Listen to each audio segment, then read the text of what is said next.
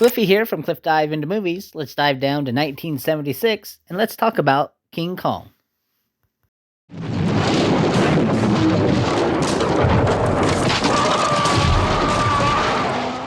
Produced by Dino De Laurentiis and directed by John Gilliman with a script by Lorenzo Simple Jr.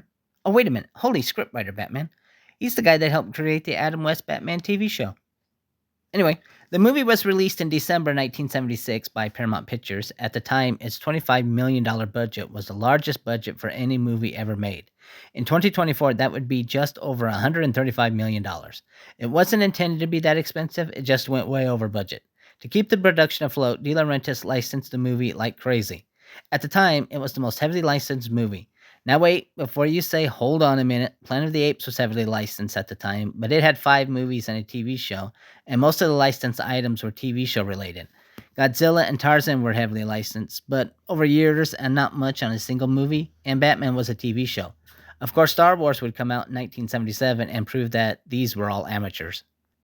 King Kong made either $90 or $98 million at the US box office, depending upon the source, which in 2024 would be either just under $490 million or just over $530 million. Yes, it made a lot of money, but the filmmakers were disappointed. They thought it would do better than Jaws had done the year before. It was felt that King Kong's ending had a more emotional punch. De Laurentiis is quoted as saying, "No one cry when Jaws die, but when the monkey die, people gonna cry." They were bound to be disappointed. Jaws is considered the first summer blockbuster. It had a budget of $9 million and made over $272 million at the US box office alone. Also, Jaws is considered one of the best movies ever made, so they had high hopes. Is King Kong one of the best movies ever made? No, it's not. Audiences seem to be split. You either like it or you don't. It's like 50-50, really. Personally, I like it. I give it a 7 out of 10. It's good, but it does have its flaws, and it seems to be missing something. I just don't know what it is. And it is a remake, so there is something to compare it to. The original plan was not to use stop motion animation or a man in a suit, but to make a 40-foot mechanical Kong. De Laurentiis thought people would make fun of a man in a suit, and he felt stop motion would take too long and would be too expensive. Although at one point there were plans for Kong to fight a stop motion dinosaur, but those plans were dropped. Carlo Rambaldi was hired to create and build the 40-foot Kong. Rambaldi was an Italian special effects artist who specialized in mechanical puppets. Later on, he would work on Alien and E.T. Rick Baker was hired to make a backup version of Kong, just in case Rambaldi wasn't able to make his 40-foot mechanical suit, which of course he wasn't. So Rick Baker's Kong suit is the one that's used for the majority of the movie. Although they were able to make 2 mechanical arms to hold Jessica Lange, and they had life-size feet made too. Baker had made the suit to fit him, and it was decided that Baker would wear the suit during filming because it was easier for him to do it rather than for him to tell someone what to do. Because wearing the suit was very difficult, to give Baker a break, Will Shepard was hired to do the stunts. He plays Kong when Kong breaks through the wall, fights the snake, and climbs the World Trade Center. To be able to have Kong have multiple facial expressions, 5 heads were made, and the expressions were controlled by people using controllers connected to wires to the suit. The wires came out of the back of the head, the lower back, or the back of the feet, depending upon how much of Kong was seen at the time. The movie was shot mostly in order. Because of the difficulty they had in building the 40-foot Kong, it only appears in a couple seconds at the end of the movie in the New York scenes. Actually, the scenes that it's in, those scenes were actually filmed at a backlot in California. At the base of the World Trade Center, those scenes, a full-scale mock-up of Kong was made for him to be laying on the ground. Before the movie came out, the producers used the 40-foot mechanical Kong a lot in promoting the movie and downplayed the Baker suit. After the movie came out, the mechanical Kong was a bit of a joke and everybody praised how great the Kong suit was and the uncredited guy in the suit. Rick Baker, for all of his hard work, only got credited for special contributions. Will Shepard got no credit at all. During the movie, Kong pretty much has one war.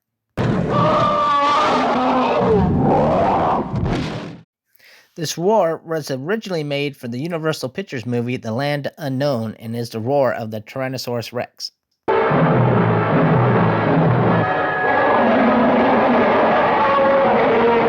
Later, it would be used as the roar of the Great White Shark in Jaws: The Revenge.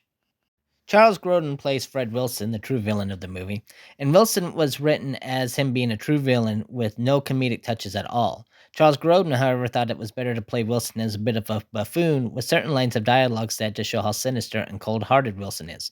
Personally, I think this works and makes the character more evil, especially the scene where the captain is worried about his missing crewmen and is complaining that Wilson is playing with their lives, and Wilson tells him, "Don't worry about it." At the end of the movie, when Kong steps on Wilson, as a kid, this is one of the scenes that always stuck in my mind. And what I didn't realize was that this is actually from the TV version and not the theatrical version. In the theatrical version, Kong steps down and that's it. While in the TV version, when he lifts his foot up, you see Wilson's hat.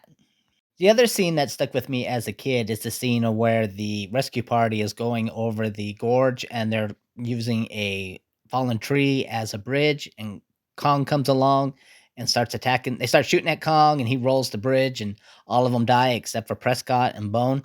What makes this scene more tragic, at least what I always thought, is the fact that you had already seen these guys before.